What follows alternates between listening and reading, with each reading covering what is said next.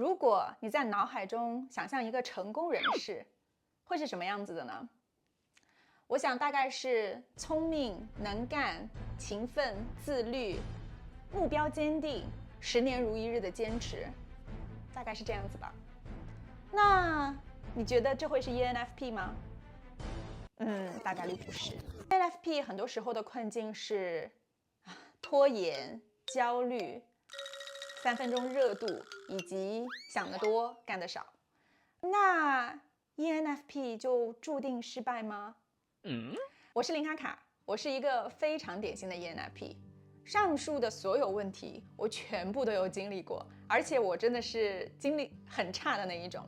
我曾经有很长的一段时间，就天天躺在床上看看剧啊，玩玩游戏啊，但我每天非常不开心，很焦虑，就是在一种每天都害怕自己废掉的状态下在耍废。偶尔我会遇到1、2件事情有兴趣，但可能过2天就觉得没意思了。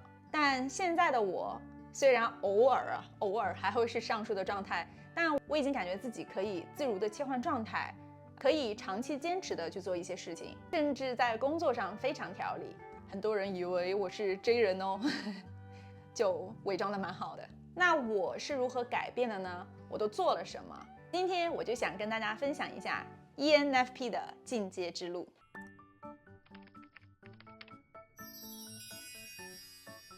首先我想说的是， ENFP 要进阶绝对不需要成为其他的人格。比如我知道很多 ENFP 啊会说我想成为 ENTJ， 我想成为 INTJ、ENFJ 等等，但其实 ENFP 有很多自己的优点那我们要做的呢，就是顺水推舟，而不是逆流而上，这对我们来说太难了。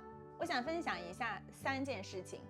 那第一就是如何把事情做完呢？ ENFP 有一个很大的特点，就是喜欢多线发展，兴趣很广泛，这个也想试试，那个也想试试。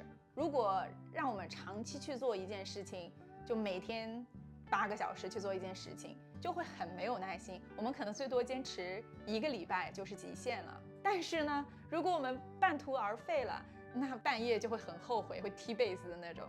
这整个事情呢，就会让我们越发的不自信，就形成了一个很坏的恶性循环。我现在做事情呢，可以说是又快又好。我基本上所有的工作都是在 deadline 之前很久我就已经做完，并且我可以去查看还有没有什么问题啊，然后保证提交一个我自己都比较满意的版本。我的方法是咚咚咚咚，就是把一件事情切片成很小的一个一个的小任务，真的小的不能再小，可能10几20分钟就能做完一个。比如说我现在做 YouTube 影片，我刚开始的时候就觉得好难啊，怎么会有这么大一堆事情要做？你看着就是一个影片，但可能背后真的是有非常多的步骤。我差点就要放弃了，差点连第1个视频就没有拍就要放弃了。那后来我就说，那先做做试试看吧。那我就尝试把这件事情来切片，就变成了选题、写稿、改稿、拍摄、剪片、发布，就每一个动作都变成了一个切片。那我给自己的要求就是，我每天能做1到2个，我就很棒了。但凡做了呢，我就不断的鼓励自己。那这样就形成了一个正向反馈。ENFP 超爱被夸的，也包括自夸。当自己发自内心的来肯定和欣赏自己之后， ENFP 的能量就会爆发哦。Nice。第2个困难呢，就是我们容易想得多做得少。但其实呢，我自己认为这是一个优点来着，因为我发现人呢，其实容易进入一个努力误区，就是我很努力，每天很忙，人生就会变得很好，不断的进步，我就会成功。但其实有很少人呢，在努力的去做这件事情之前，有想清楚过，就目前努力的事情是适合自己的吗？是在对的方向上吗？那我举个例子我们华人呢，从小都或者主动或者被动的去努力学习，但到头来真的有很多人都不知道自己真正喜欢的是什么。你可能去拉一个小学生、中学生，去问他们的成绩，去问一道题，他们会很一板一眼的跟你说。但你如果问他们你有没有想过长大之后要做什么做人如果没梦想，那跟咸鱼有什么分别啊？你觉得自己真正擅长什么？可能10个人里面都不一定有一个能给到你一个很肯定的答案。ENFP 的天生优势就是我们真的想很多，就什么都想试试。但我们又不会说想到一件事情呢，就去努力个10年看看，我们可能努力个2天，那这样呢，就其实像做了一个测验一样，我们就不会陷入这种误区，去浪费很多时间在一个本来我们可能并不觉得很有意义的事情上。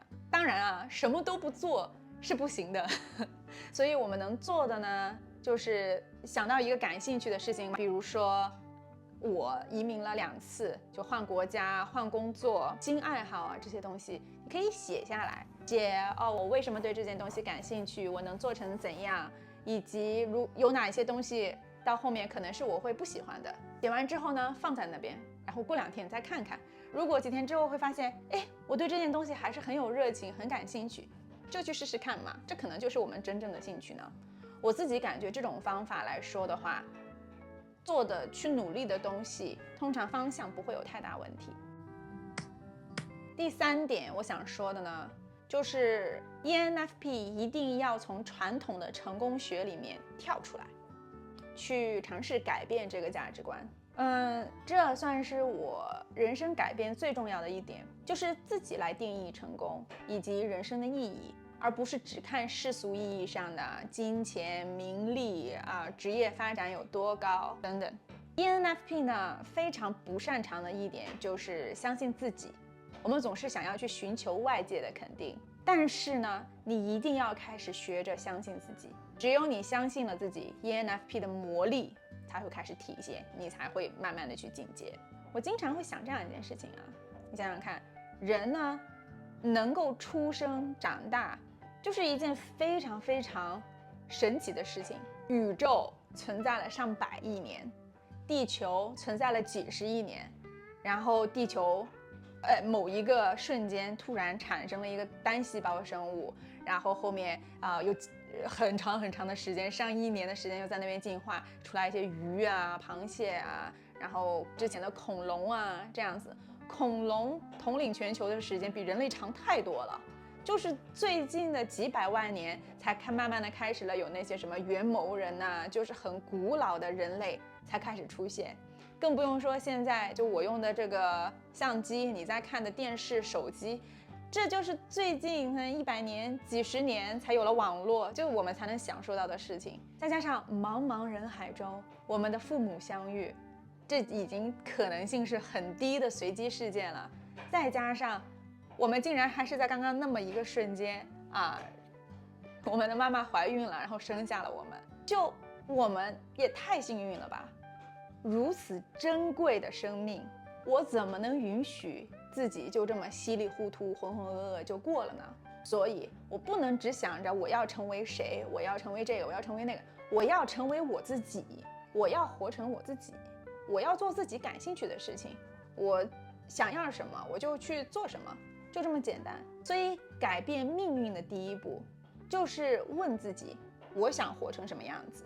ENFP 呢，有孩子一样的灵魂，对自由的期盼，所以很适合做创意类的工作，而不是很适合去做一些重复性的工作，或者是很严谨的工作，比如会计啊、律师啊，这些可能相对来说比较困难。所以呢，就去抛弃那一些你只有怎样才能怎样的成功学吧。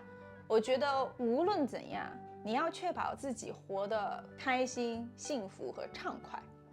有点道理啊。不知道你有没有坚持到这里呢？我希望即使你开了2倍速，也是有坚持看完这条影片哦。那谢谢你的观看，希望你可以活成自己想要的样子。我们下期见，拜拜。